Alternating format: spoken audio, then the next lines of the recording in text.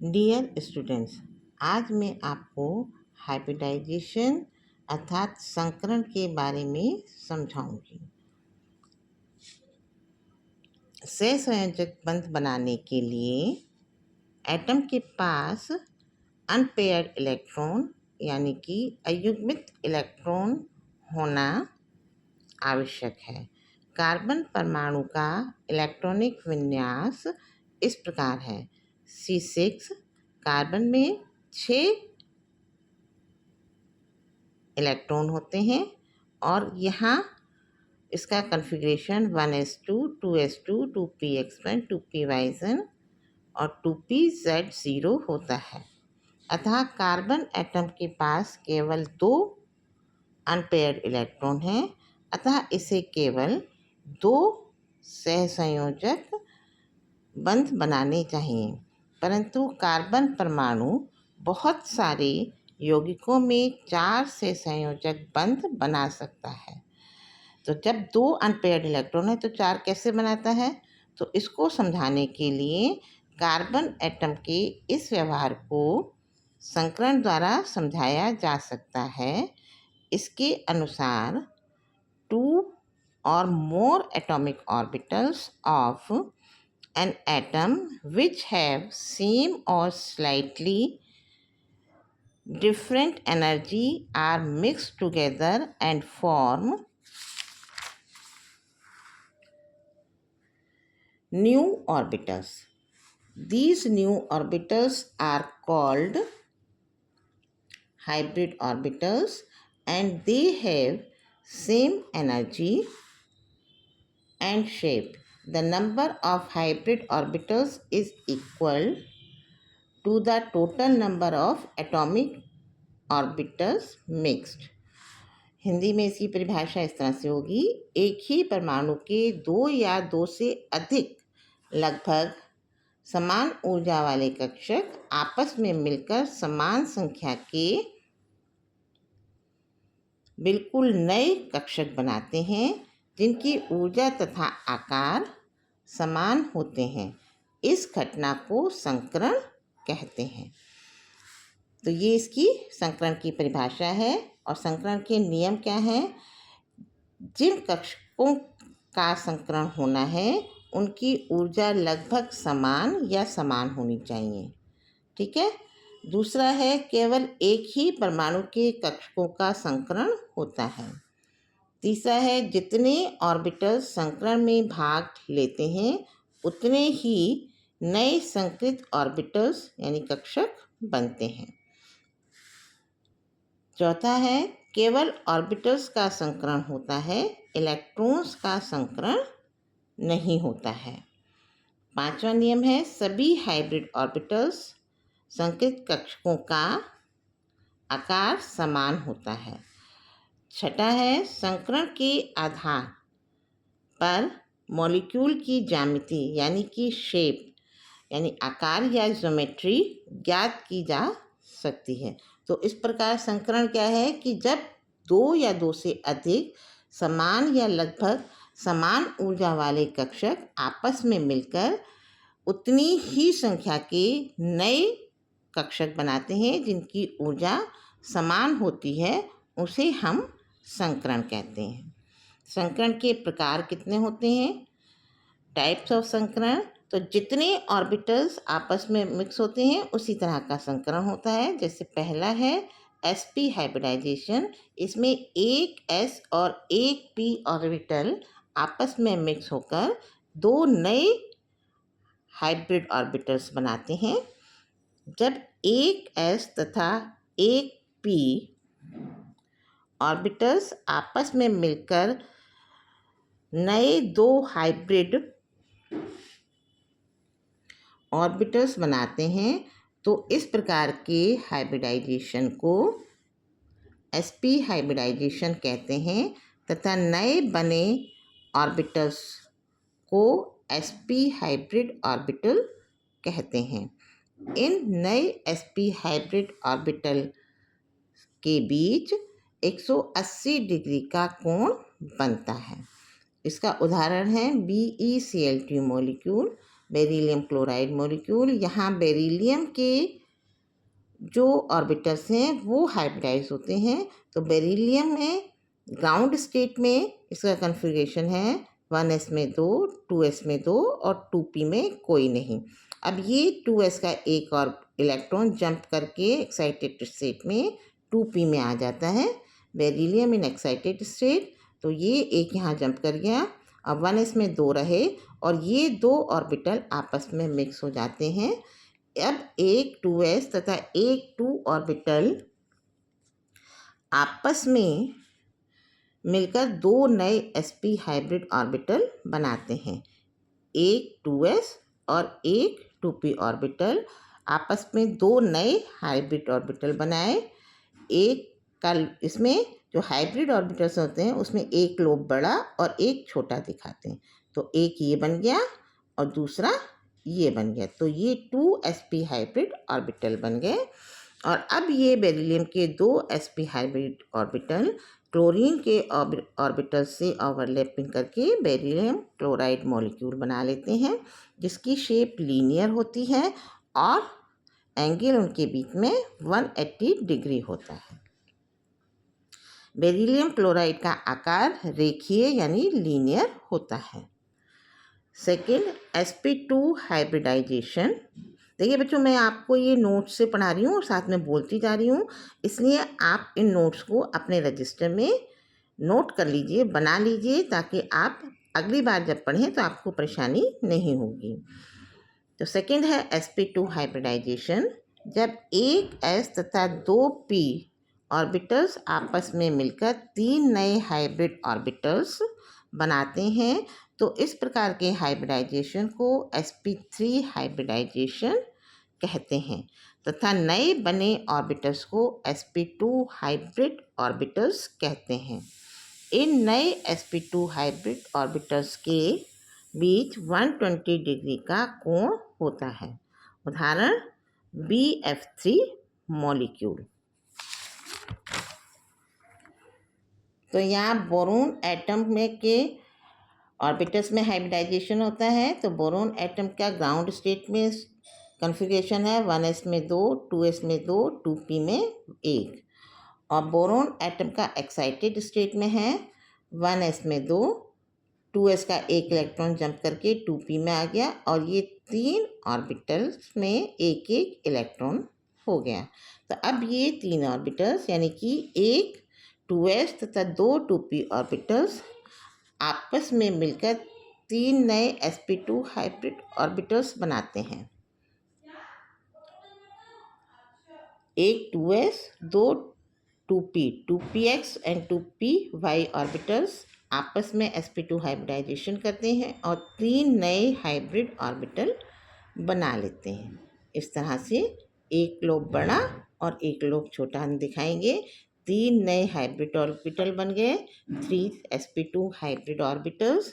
और ये 3 नए हाइब्रिड ऑर्बिटल बोरॉन के 3 फ्लोरीन एटम से ओवरलैपिंग कर लेंगे और BF3 मॉलिक्यूल बनाएंगे। इस तरह से BF3 मॉलिक्यूल जिनके बीच का एंगल, कोण के बीच का एंगल होगा 120 डिग्री और इसकी शेप को हम कहेंगे triangular planar shape. BF3 molecule का आकार समतल त्रिकोण ट्राईएंगुलर प्लेनर होता है। तीसरा हाइब्रिडाइजेशन है sp3 हाइब्रिडाइजेशन। जब एक s तथा 3 p ऑर्बिटल्स आपस में मिलकर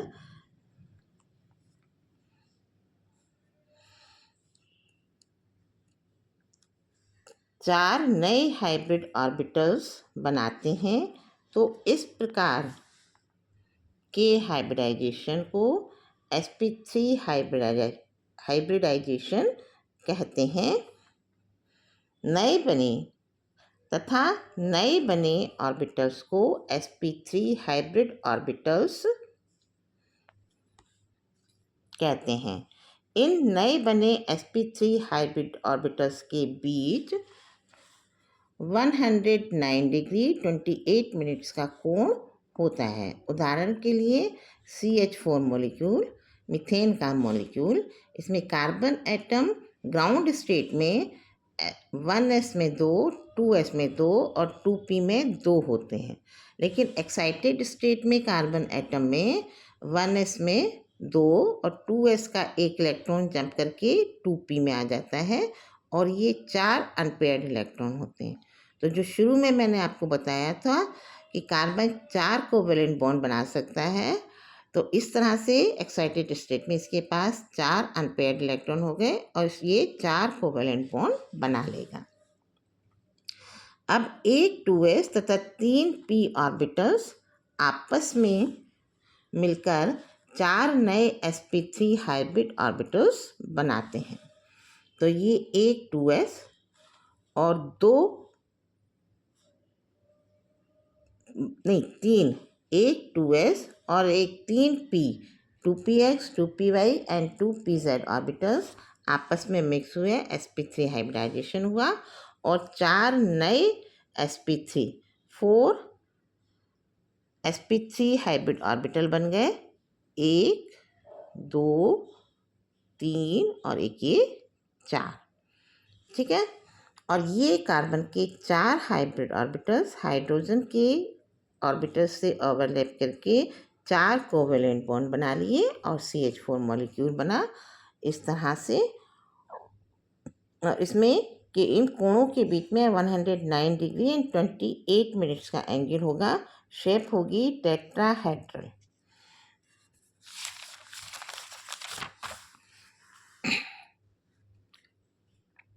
तो CH4 मॉलिक्यूल का आकार चतुष्फलीय या टेट्राहेड्रल के हिंदी चतुष्फलीय होता है।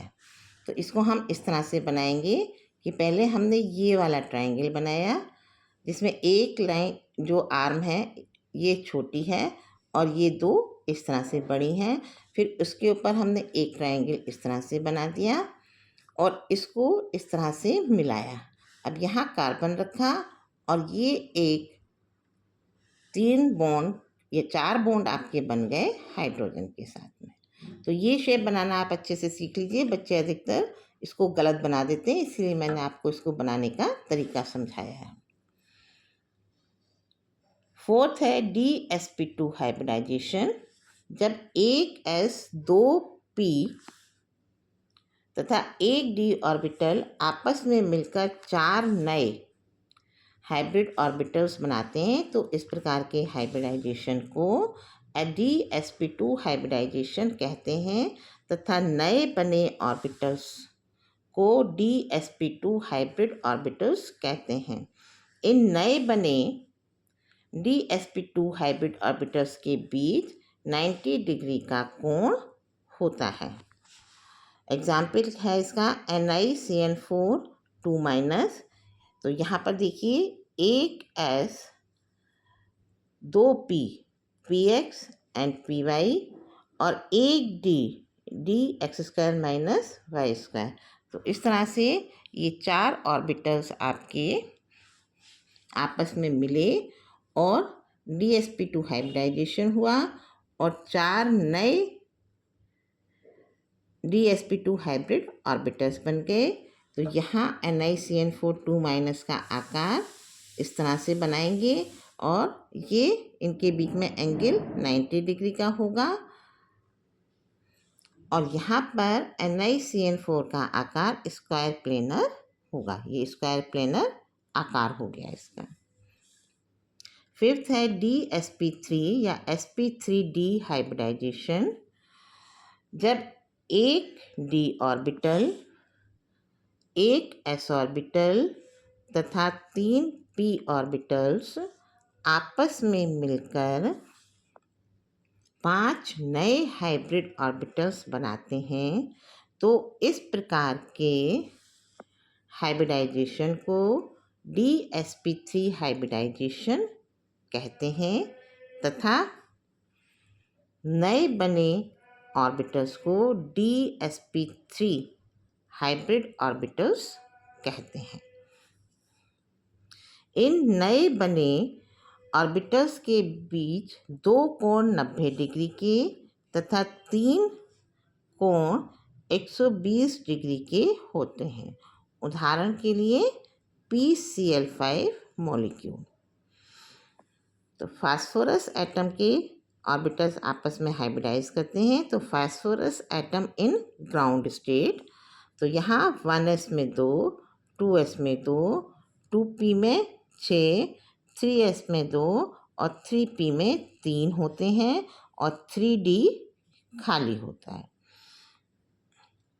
p और atom in excited state, phosphorus के एक्साइटेड स्टेट में 1s में तो 2 ही होंगे, 2s में 2 होंगे, 2p में 6 होंगे, लेकिन 3s का एक इलेक्ट्रॉन जंप करके 3d में आ जाएगा। तो इस तरह से 1s में 1, वो 3s में 1, 3p में 3 और 3d में 1 इलेक्ट्रॉन है और ये हाइब्रिडाइजेशन हो गया sp3d हाइब्रिडाइजेशन।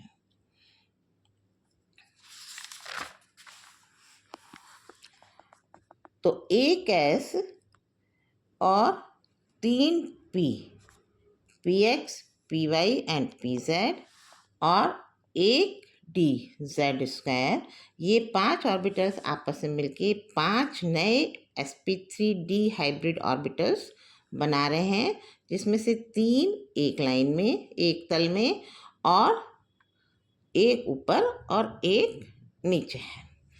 और यहाँ पर ये PCl5 मॉलिक्यूल बन गया, जिसमें 3 क्लोरीन एटम्स इस ट्राइंगल के कॉर्नर्स पे और एक ऊपर और एक नीचे आ गया। तो ये शेप हमारी कराएगी ट्राइगोनल बाईपिरामिडल, क्योंकि ये 2 पिरामिड बन गए। इस तरह से ये 2 पिरामिड बन गए, इसलिए बाईपिरामिडल हो गया, और ट्राइगोनल क्योंकि ये ट्राइंगल हो गया। ठीक है, तो PCl5 मॉलिक्यूल का आकार ट्राइगोनल बाईपिरामिडल होता है। 6 है D2sp3 या sp3d2 हाइब्रिडाइजेशन, जब 2 d ऑर्बिटल्स एक s ऑर्बिटल तथा 3 p ऑर्बिटल्स आपस में मिलकर 6 नए हाइब्रिड ऑर्बिटल्स बनाते हैं। तो इस प्रकार के हाइब्रिडाइजेशन को D2sp3 या sp3d2 हाइब्रिडाइजेशन कहते हैं, तथा नए बने ऑर्बिटल्स को dsp3 या sp3d2 हाइब्रिड ऑर्बिटल्स कहते हैं। ये D2 है,